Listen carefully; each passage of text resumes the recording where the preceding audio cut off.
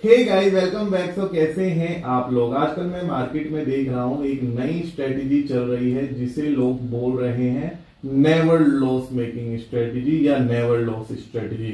अब ये never loss strategy मतलब इसका मतलब क्या हुआ?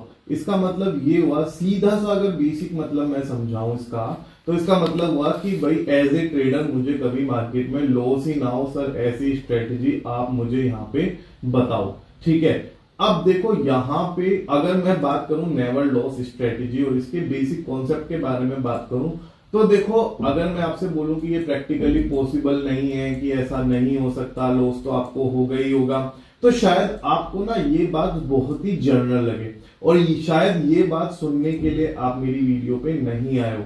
आप एक्चुअल में सुनने के लिए आए हो कि back to back sure shot मेरे को कैसे मिलेंगे। हाँ, उसके बारे में हम यहाँ पे बात कर सकते हैं कि भाई एक मार्केट में ऐसी पिच मेरे को मिल जाए जहां पे बैक टू बैक मेरे को यहाँ पे शॉर्ट शॉट देखने को मिल जाए। अभी देखो मार्केट पूरी तरीके से वॉलेटिलिटी की गिरफ्त में, ठीक है, पूरी तरीके से वोलेटाइल हो रखा है।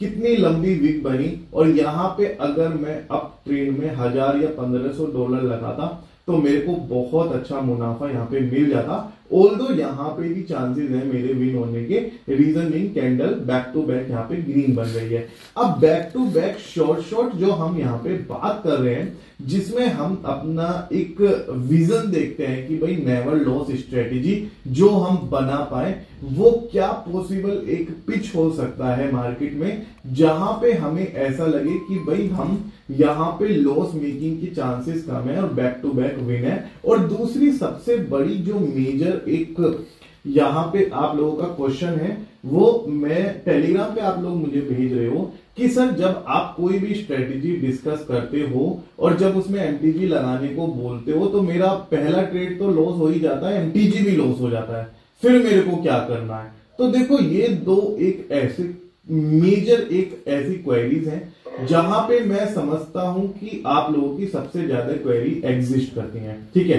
कि भाई अगर मेरा एमटीजी लॉस हो जाए तो मैं क्या करूं, और अगर मैं नेवर लॉस स्ट्रेटेजी के बारे में सोचूं, मैंने $50 डाला है, $100 डाला है, तो उसके बारे में मुझे कैसे यहाँ पे अपना कैरी करना पड़ेगा। तो देखो उसके लिए 2-3 चीजें मैं आपको बता रहा हूं बैक टू बैक गेन करने के लिए, ठीक है। अब यहां पे अगर आप देख रहे हो, जैसे सपोज करो ये यूरो जेपीवाई है, अगर एज ए बिगिनर मैं सोचूं तो मैं इस पेयर पे ट्रेड नहीं करूंगा। The reason mean the 70% is the settlement ratio. 100 का 70% ही मिल रहा है मेरे को, मैं क्यों ट्रेड करूंगा, ठीक है। जहां पे मेरे को 100 जा रहे हैं, जाने को मेरे $100 हैं, आने को मेरे $70 हैं, तो मैं ऐसी जगह ट्रेड प्लेस क्यों करूंगा? सीधी सी बात है ना, मैं तो अच्छे सेटलमेंट रेशो की तरफ देखूंगा, ठीक है।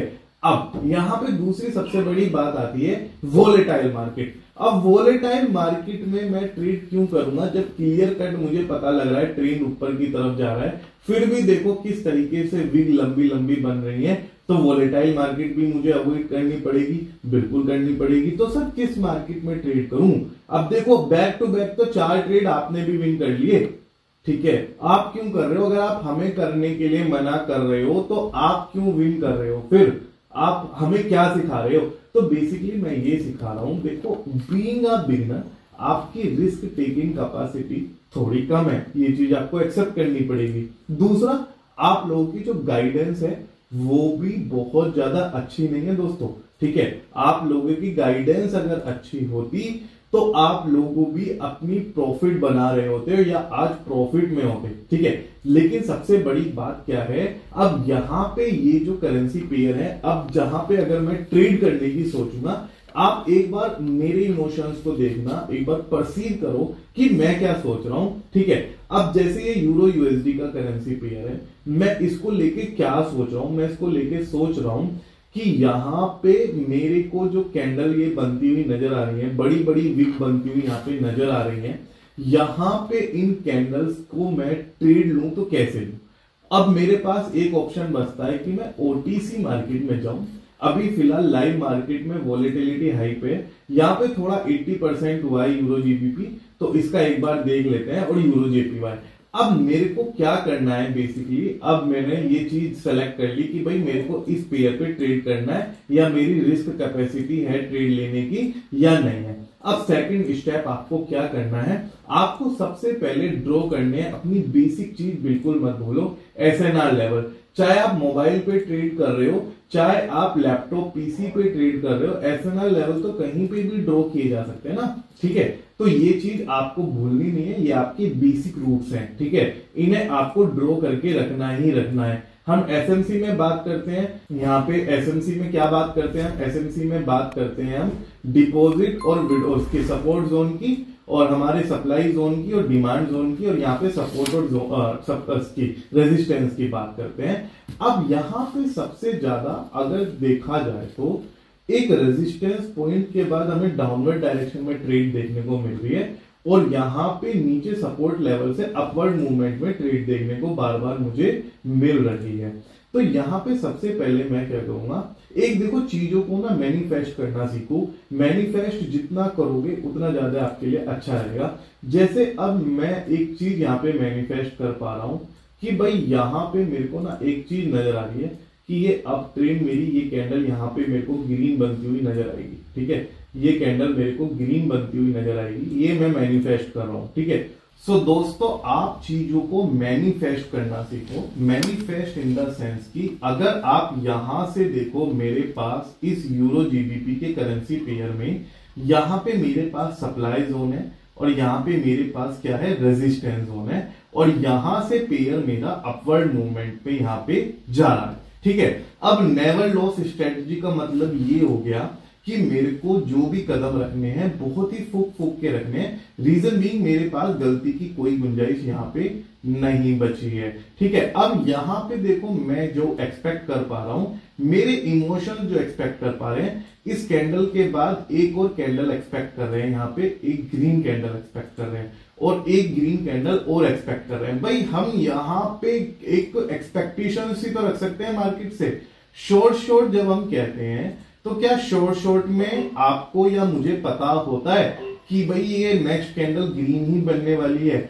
हम एक एक्सपेक्टेशंस लगाते हैं या तो स्ट्रेटजीज के साथ या इंडिकेटर्स के साथ या प्राइस एक्शन के साथ। अब यहां पे मैंने मैनिफेस्ट करा है इस कैंडल का ग्रीन बनना, ठीक है। आप मेरा पॉइंट ऑफ व्यू समझो, ये कैंडल मैं ग्रीन बनने का सोच रहा हूं। अब उसके पीछे रीजन क्या है, उसके पीछे रीजन है कि यहां पे मेरा एक सप्लाई जोन है, यहां पे मेरा डिमांड जोन में जब भी मेरे को प्राइस ट्रिगर होते हैं तो ऑपरेटर अपने ऑर्डर लगाते हैं, यानी बायर्स आते हैं और बायर्स बैक टू बैक यहां पे ऑर्डर लगाते हैं।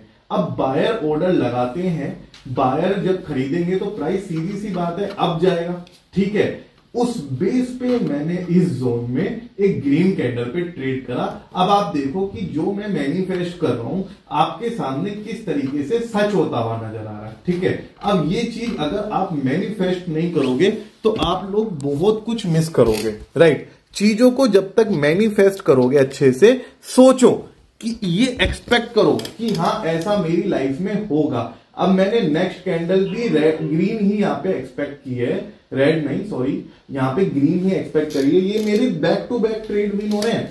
अब ये भी मैंने मैनिफेस्ट ही किया है। अभी एमटीजी वाला पॉइंट भी हम डिस्कस करेंगे, ऐसा नहीं हम नहीं करेंगे, एमटीजी वाला पॉइंट भी डिस्कस करेंगे। ये चीज भी मैंने मैनिफेस्ट ही की है कि भाई नेक्स्ट कैंडल भी मेरी ग्रीन ही बनने वाली है। तभी तो यही तो सोच के मैंने आपकी पोजीशन क्रिएट करी है। $400 कोई छोटी अमाउंट तो होती नहीं है ना, ठीक है। इतना मेरे पास कैपिटल भी नहीं है कि मैं $400 का रिस्क झेल सकूं, लेकिन मेरा मैनिफेस्ट ही तो चल रहा है यहाँ पे, जिसके बेस पे मैं एक्सपेक्ट कर रहा हूं कि हाँ ट्रेंड विल गो अप। अब यहां पे देखो, अब आपने ये देखा कि मेरे back to back 3-4 trade win हो गए इस मार्केट से, ठीक है।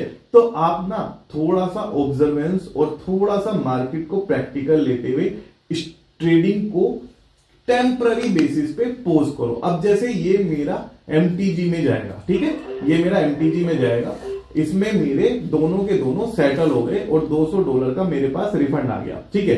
अब एमटीजी वाला जो पॉइंट है आपका कि सर मेरे तो एमटीजी भी लॉस हो गए, तो देखो मेरा तो रिफंड आ गया, आपका अगर ओरिजिनल ट्रेड लॉस हुआ होता और ओरिजिनल भी लॉस हो जाता और एमटीजी भी लॉस हो जाता तो आपके लिए तो दिक्कत हो जाती। तो इस मामले में मेरा देखो कहना ये है कि अगर देखो ऐसा हो रहा है आपके साथ, तो अगर आपने सपोज करो $100 का ट्रेड लॉस किया, ठीक है, तो नेक्स्ट ट्रेड एमटीजी में आप 200 लगाओगे। मैं कहता हूं 200 ना लगा के अगर $150 लगाओगे तो भी तो विन में जाओगे ना, तब भी तो नेट विन में ही बैठोगे ना। अगर $100 लॉस हुआ, 150 विन हुआ, तो नेट विन तो 150 वाला ही बैठेगा ना। तो उस केस में क्या होगा, आपका एक तो रिस्क मिनिमाइज होगा, ठीक है, और रिस्क मिनिमाइज के साथ साथ, या अगर आपको लगता है कि एमटीजी मेरे लिए है ही नहीं, एमटीजी में मेरे को जब भी मिला नुकसान ही मिला, ये मेरे एमटीजी विन हो गया, तो आप एमटीजी को कंप्लीटली स्किप भी कर सकते हो। ऐसा नहीं है, कोई चीज करना जरूरी है। आप एक इंडिपेंडेंट ट्रेडर हो, आप अपनी मर्जी के मालिक हो, खुद डिसीजन मेकिंग करना सीखो, खुद से मैनिफेस्ट करना सीखो चीजों को, और जो चीज में आप कंफर्टेबल हो वो चीज को आगे कंटिन्यू करने की कोशिश करो। उससे आपको पता लगेगा कि हाँ मैं इंडिपेंडेंटली कितना आगे जा सकता हूं, क्या वाकई में मेरे को गाइडेंस की नीड है, या अब मेरी गाइडेंस बहुत हो चुकी, अब मेरे को आगे खुद पे बेस पे चलना है और आगे बढ़ना है। आपको नोटिस किया होगा इस वीडियो में ना तो मैंने अपने टेलीग्राम ग्रुप का मेंशन करा, ना मैंने लिंक का मेंशन करा, ना गाइडेंस सिस्टम, या मैंने टेलीग्राम ग्रुप में बोला हो, या वीआईपी ग्रुप ज्वाइन करने के लिए बोला हो, या टेलीग्राम ग्रुप ज्वाइन करने के लिए बोला हो, nothing at all. Reason being ये वीडियो आपके लिए हेल्पफुल रहे, इसके लिए मैंने ये बनाया है। आप लोग जो डीएम मेरे को करते हो उसको मैं काउंटर करते हुए, आपकी क्वेरीज को एड्रेस करते हुए वीडियो बनाता हूं। और अगर आपको ऐसी वीडियो अच्छी लगती है तो प्लीज चैनल को सब्सक्राइब जरूर कीजिएगा दोस्तों। थैंक यू सो मच दोस्तों बने रहने के लिए, थैंक यू सो मच।